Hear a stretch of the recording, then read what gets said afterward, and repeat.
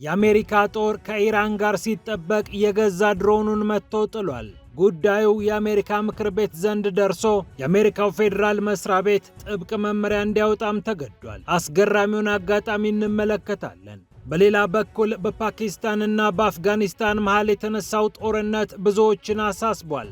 ፓኪስታን የአፍጋኒስታኗን መዲና ካቡልን ስትደበድብ ውላ አድራለች። በድንበር ላይ የተነሳው ግጭት አድጎ ከባባድ ወታደራዊ መሳሪያዎች እንዲነሱ ምክንያት ሆኗል። የአየር ድብደባም ተከትሏል። ፓኪስታን የታሊባኑን መሪ ለመግደል ኢላማ ያደረገ ጥቃት እንደፈጸመች እየተነገረ ይገኛል። ወደ ቀጠናችን ስንመለስ እየተተራመሰና ሀያላን እንዲሁም መካከለኛ አቅም ያላቸው ሀገራት ቀይ ባህርንና አፍሪካ ቀንድን ለመቆጣጠር እልህ አስጨራሽ ትግል እያደረጉ በሚገኙበት በዚህ ወሳኝ ወቅት አዘርባጃን ጨዋታውን ተቀላቅላለች። ጠቅላይ ሚኒስትር አብይ አህመድ ወደ አዘርባጃን ባኩ ማምራታቸውን ተከትሎ ይህ ጉዳይ እየተነሳ ይገኛል። ቱርክንና እስራኤልን አሽሞንሙና በግራና በቀኝ እጇ መያዝ የቻለችው አዘርባጃን በአፍሪካ ቀንድ ውስጥ የሚኖራት ሚናም ከወዲሁ እየተነገረለት ነው። እንዲሁም የጅቡቲው ፕሬዝዳንት ኢስማኤል ኦማር ጌሌ ኤምሬትሶች በጥባጮች ናቸው፣ የእስራኤል ጠበቃዎች ናቸው በሚል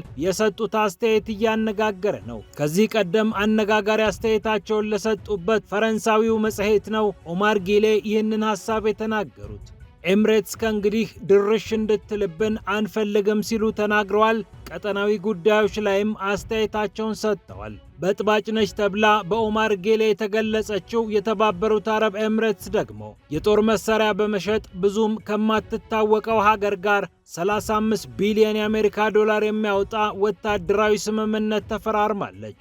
ኤምሬትስ ከ25ቱ የጦር መሳሪያ ሻጭ ሀገራት መካከል ራሷን እንዳገኘችውም ተነግሯል። ፒያሳ ኔትወርክን ስትከታተሉ ሁሉንም በጥልቀት ታገኛላችሁ። ፒያሳ ኔትወርክን ሰብስክራይብ፣ ላይክ እና ሼር በማድረግ የፈጣን የተአማኒና የጥልቅ ዘገባዎች ቤተሰቡን ስንል በአክብሮት ጋብዘናል። አሁን ወደ ጉዳዮቻችን አለፍን።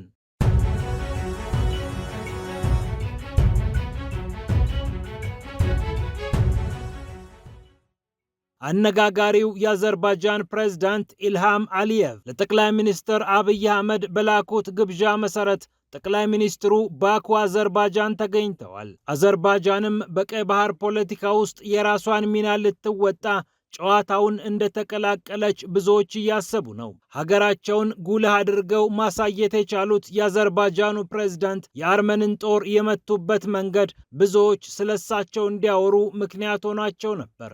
የቱርክ ድሮኖችን ተጠቅመው 40 በመቶ የሚሆኑትን የአርመንን ታንኮች ዶግ አመድ ማድረጋቸው ሲነገርላቸው ስለ ቱርክም ስለ እርሳቸውም ብዙ ተወርቷል።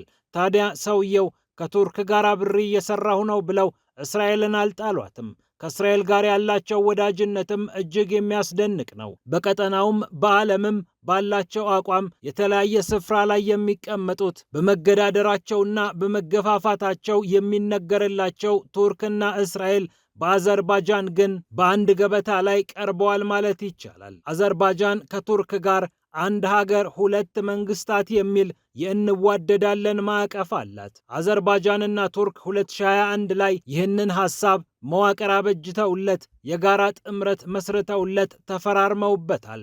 ወታደራዊ፣ ዲፕሎማሲያዊና ኢኮኖሚያዊ ውህደት ለመፍጠርም ተማምለዋል። አዘርባጃን ግን ከቱርክ ጋር ስለምሰራ እስራኤልን እጥላለሁ አላለችም። ከእስራኤል ጋር ባላት ስምምነት ደግሞ እጅግ የረቀቁ ወታደራዊ ቴክኖሎጂዎችን ትረከባለች። ድሮኖችን እና የስለላ ስርዓቶችን ከቴል አቪቭ ታገኛለች። ይህች ሀገር በቀጠናዊ ጸጥታም አዘርባጃን ከእስራኤል ጋር የምትተባበረው በኢኮኖሚና በተለይም በኃይል ዘርፍ እንደሆነ ይታወቃል።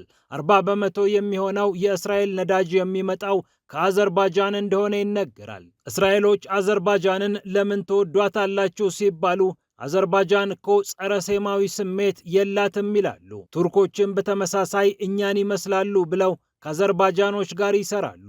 ባኩ የቴል አቪቭንም የአንካራንም ስሜት ጠንቅቃ ስለምትረዳ ሁለቱንም ሚዛን ጠብቃ ነው የምታስኬደው። በየቦታው የሚገፋፉት ቱርክና እስራኤል በሶማሊያ አንዴ ለሞቃዲሾ አንዴ ለሃርጌሳ እያደሉ ብዙ ሲፋለሙ ቆይተዋል። እስራኤል አሁን ለይቶላት ለሃርጌሳ እውቅና መስጠቷን ተከትሎ አንካራ ደግሞ ለሞቃዲሾ ከፍተኛ ድጋፏን እያጠናከረች ትገኛለች። ኤፍ-16 የጦር ጀቶችን በአካባቢው ያሰማራችው አንካራ ታንኮችንና ራዳሮችን ለሞቃዲሾ መንግስት ማስረከቧም የሚታወቅ ነው። በኢትዮጵያም የሁለቱ ሀገራት መገፋፋት የቀጠለ ሲሆን የቱርኩ ፕሬዝዳንት ረሴፕ ጣይብ ኤርዶዋን አዲስ አበባን በለቀቁ በሳምንቱ የእስራኤሉ ፕሬዝዳንት አይዛክ ሄርዞግ አዲስ አበባ መግባታቸውም የሚታወቅ ነው።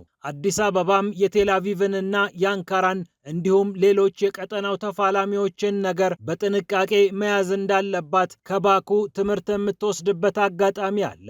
አዲስ አበባና ባኩ ወታደራዊ ስምምነት ያላቸው ሲሆን የሁለቱ ሀገራት ግንኙነት ከዚህም በኋላ ከፍ እንደሚል ይጠበቃል።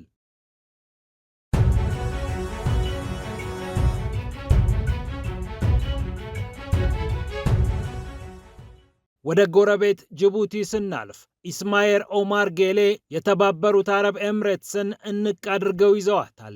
ኤምሬትስ የእስራኤል መብት አስከባሪ ጠበቃ ናት ሲሉ በቀጠናው ያላትን ሚና ገልጸዋል። እርሷ እኮ በቀጠናችን የእስራኤል ጠበቃ ናት በማለት ነው ግልጽ አድርገው የተናገሩት።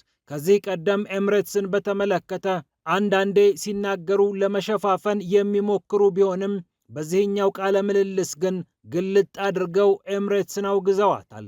ጄን አፍሪክ በሚያዝያ ወር አካባቢ የሚደረገውን ምርጫ ተከትሎ ነው ከጅቡቲው ፕሬዝዳንት ጋር ቆይታ ያደረገው።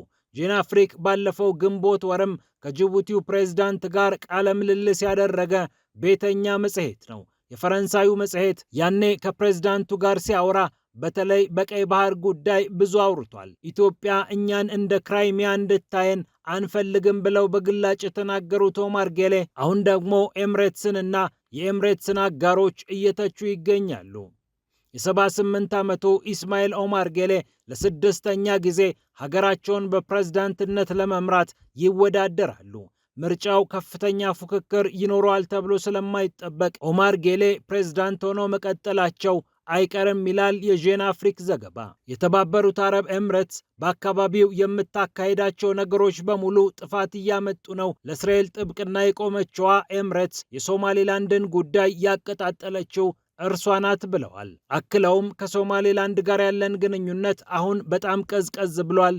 ሶማሌላንዶች ለተጠጋቸው ሁሉ እጃቸውን ይዘረጋሉ፣ እኛ ደግሞ ይህንን አንፈልገውም ሲሉም ተናግረዋል። በኦማር ጌሌ ከፍተኛ ትችት የደረሰባት የተባበሩት አረብ ኤምሬትስ ግን ጆሮዋን ብዙም ሳትሰጥ ከባባድ ወታደራዊ ስምምነቶችን እየተፈራረመች ትገኛለች። ከደቡብ ኮሪያ ጋር 35 ቢሊዮን ዶላር የሚያወጣ የመከላከያ ስምምነት መፈራረሟም ተሰምቷል። ደቡብ ኮሪያና የተባበሩት አረብ ኤምሬትስ በጥቅሉ 65 ቢሊዮን ዶላር የሚያወጣ የመግባቢያ ስምምነት ነው የተፈራረሙት።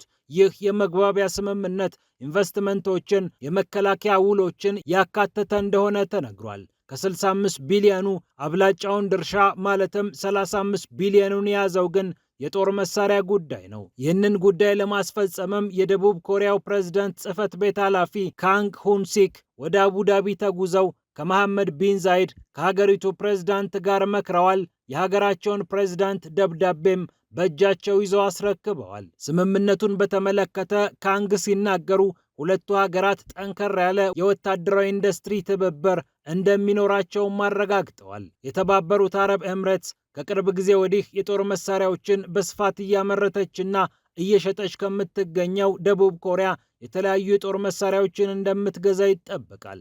በተለይ የአየር መከላከያ ስርዓቶች የስምምነቱ አስኳል ናቸው ተብሏል። ለአየር ኃይልና ለባህር ኃይል የሚያገለግሉ ወታደራዊ መሳሪያዎችም በስምምነቱ ውስጥ ተካተዋል። ዝርዝር ነገሩን ግን አቡዳቢም ሴውልም ከመግለጽ ተቆጥበዋል። ኢንቨስትመንትንም በተመለከተ ሁለቱ ሀገራት 30 ቢሊዮን ዶላር የሚያወጣ ንግድ በጋራ እንነግዳለን ተባብለዋል። የደቡብ ኮሪያ ፋብሪካዎችም በኤምሬትስ ገበያ ሰፋ አድርገው እንደሚገቡበት ነው የታወቀው። የኒውክሌር እና የአርቲፊሻል ኢንተለጀንስ ቴክኖሎጂን ጨምሮ የተለያዩ ቴክኖሎጂዎች ላይ አብረው ለመስራት ሁለቱ ሀገራት ተማምለዋል። የተባበሩት አረብ ኤምሬትስ ከተለያዩ ሀገራት ጋር የምታደርገው ስምምነት ላይ አንድ ነገር እንዲገባ ትፈልጋለች። ይህም የጦር መሳሪያዎቹ በኤምሬትስ የሚመረቱበት መንገድ መኖር አለበት የሚል። በዚህም መሰረት የተባበሩት አረብ ኤምሬትስ ከራሷ መንጭታ የጦር መሳሪያዎችን ባታመርት እንኳን ወደ ተለያዩ ሀገራት ኤክስፖርት በማድረግ ስመገናና ሆናለች። ኤጅ ግሩፕ የተባለው የሀገሪቱ የጦር መሳሪያ አቅራቢ ሀገሪቱን በዓለም ላይ ካሉ 25 ከፍተኛ የጦር መሳሪያ አቅራቢ ሀገራት እንድትሰለፍ አድርጓታል። የተባበሩት አረብ ኤምሬትስ በሀገሯ በአርቲፊሻል ኢንተለጀንስ የሚመሩ ድሮኖችን፣ ሌሎችም ዘመናዊ መሳሪያዎችን እንደምታመርት ይታወቃል። የጦር መሳሪያ ስትገዛም ከአሜሪካ እስከ ቻይና፣ ከደቡብ ኮሪያ እስከ ፈረንሳይ ድረስ በርካታ ገዢዎችን፣ በርካታ ሀገራትን አማርጣ ነው። ከፈረንሳይ ጋር በቅርቡ የ19 ቢሊዮን ዶላር የራፌል ጀት ስምምነት እንደተፈራረመችም ይታወቃል። ለሱዳኑ አርኤስኤፍ የጦር መሳሪያ እርዳታ ስለምትሰጥ እንዲህ አይነት የጦር መሳሪያ ግብይት ውስጥ መሳተፍ የለባትም በሚል ጫናዎች ቢደረጉም የምታቀርበው ዶላር ሀገራትን አማሎ እንኪ መሳሪያውንም ውሰጂ አንቺም ዘንድ አምርቻቸው የሚል አቋም እንዲኖራቸው አድርጓል።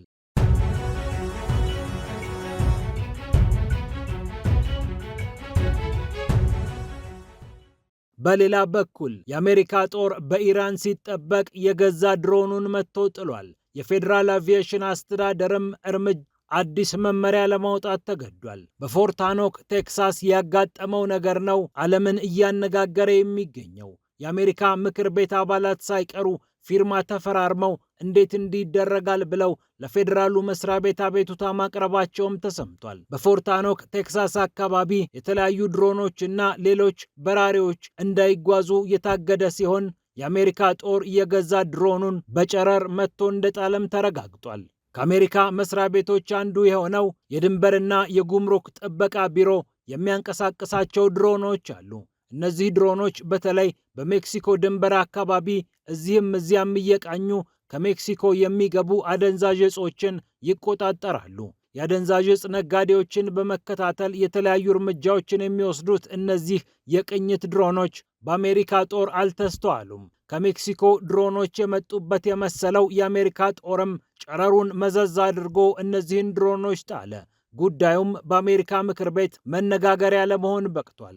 ሪክ ላርሰን፣ ቤኒ ቶምሰን፣ አንድሬ ካርሰን የተባሉ የሀገሪቱ የምክር ቤት አባላት ናቸው ፊርማ ተፈራርመው የፌዴራል አቪዬሽን አስተዳደር አንድ እርምጃ ይውሰድ፣ የሲቪልና ወታደራዊ ተቋማት ይናበቡ ብለው የፌዴራሉን አስተዳደር ያስገደዱት። የፌዴራል አቪዬሽን አስተዳደርም ይህን ተከትሎ አንዳንድ አካባቢዎች ከበረራ ነፃ እንዲሆኑ ሁለቱ ተቋማት እንዲናበቡ የተለያዩ መመሪያዎችን አውጥቷል። እንዲህ አይነት አጋጣሚዎችም እየተደጋገሙ ነው ተብሏል።